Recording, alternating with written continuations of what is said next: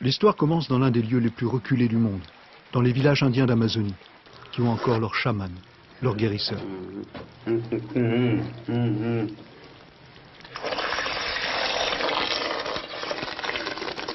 Segundo Pastor est l'un d'eux. Ses pouvoirs ont été transmis d'initié à initié pendant des générations.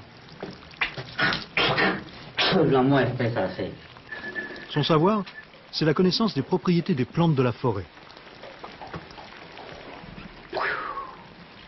En Occident, on n'avait jamais bien pris tout cela au sérieux, sauf aujourd'hui. Les multinationales pharmaceutiques s'intéressent au savoir des chamans indiens.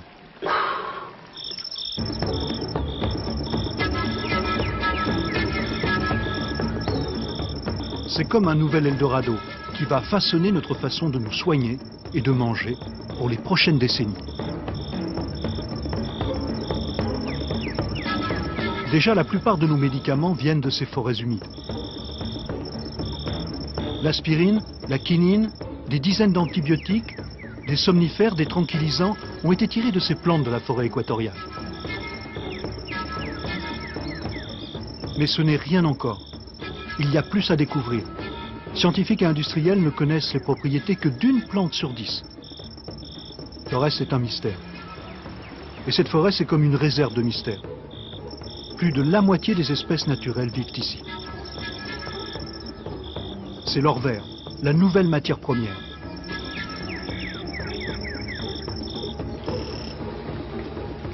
Ici, au cœur de la forêt amazonienne, la guerre économique du 3e millénaire a commencé.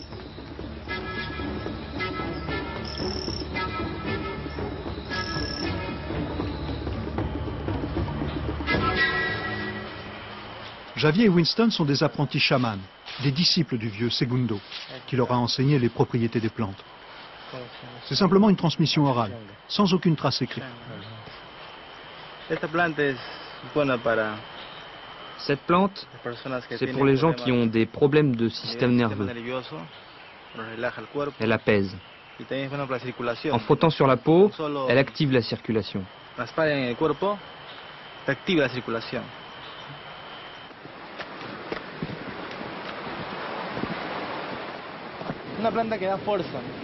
Cette plante-ci donne des forces.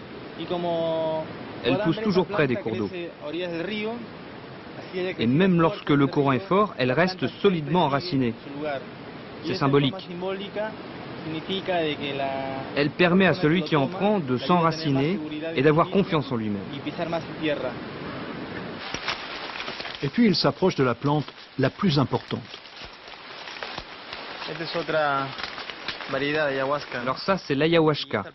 La mère de cette plante, c'est le serpent. Elle donne des visions.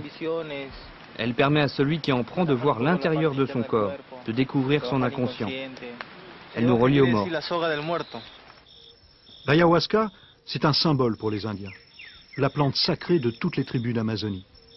Le nom signifie liane de la connaissance. Dans la culture indienne, cette plante permet de connaître toutes les autres plantes, de comprendre à quoi elles servent. Prise en décoction, elle permet accessoirement d'entendre les esprits de la forêt.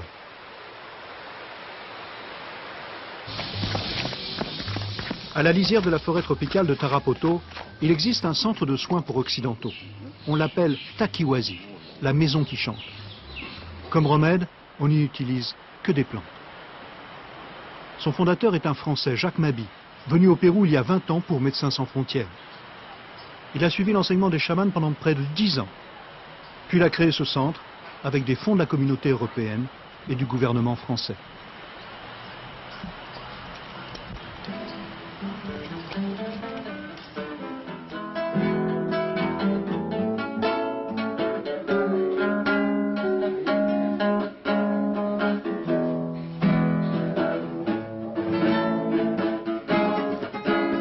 Ses clients, ce sont des alcooliques et des toxicomanes des grandes métropoles. Plus de 300 sont déjà venus ici, après plusieurs tentatives infructueuses de désintoxication.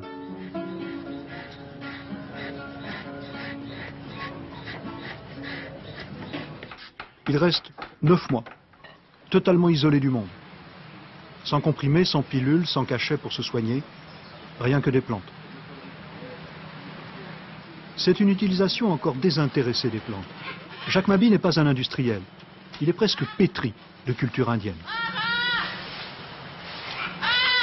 Le jour où j'ai découvert ça, pour moi, c'était la découverte justement de l'Eldorado, d'une certaine façon, c'est-à-dire du trésor vert de l'Amazonie. Il y a vraiment un potentiel qui va bien au-delà de ce que l'on peut imaginer, mais qui suppose une connaissance respectueuse aussi des plantes, une connaissance de tout leur contexte dans lequel elles vivent. Il y a un rapport avec les plantes. Ce sont des êtres vivants avec lesquels on peut entrer en relation. Et ça, pour un occidental, évidemment, je peux le dire maintenant, mais là, quand je suis arrivé au Pérou, c'était aussi très difficile pour moi de le dire et de le comprendre.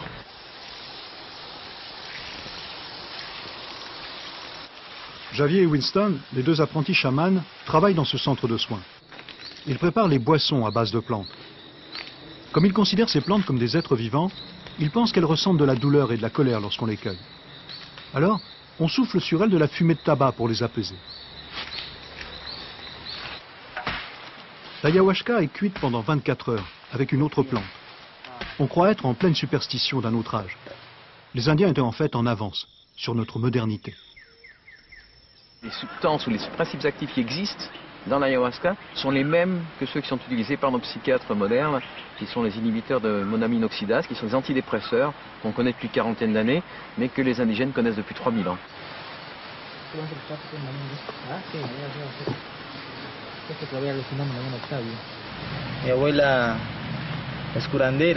Ma grand-mère était guérisseuse dans les montagnes du Sud. Tout petit, je la regardais préparer les remèdes. C'est comme ça que j'ai appris. J'ai ça dans le sang. Avec l'ayahuasca et les plantes, on ne finit jamais d'apprendre. Je découvre des choses nouvelles à chaque fois que j'en prends. C'est elle qui m'apporte les connaissances dont j'ai besoin pour soigner les gens.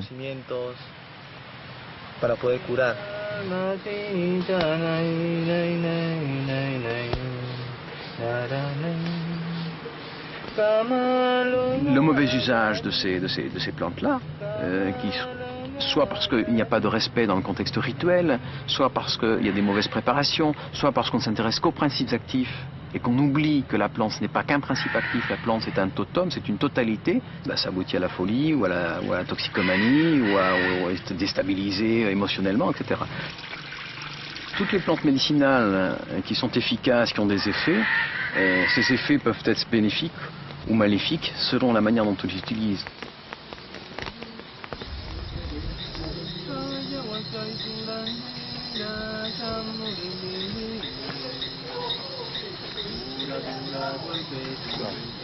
Un soir par semaine, à la tombée de la nuit, les patients se rassemblent pour prendre l'ayahuasca.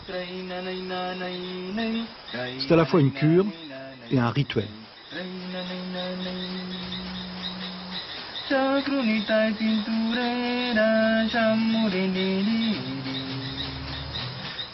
Le chant est censé évoquer les esprits de la plante. Le rite dure toute la nuit. Les gens y seront, dit-on, face à eux-mêmes.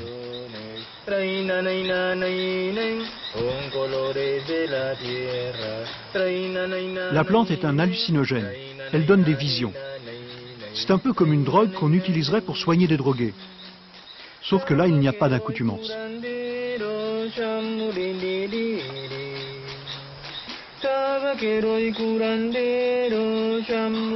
D'après Jacques Mabie, le médecin, 4 malades sur 10 parviendraient à s'en sortir grâce à ce traitement.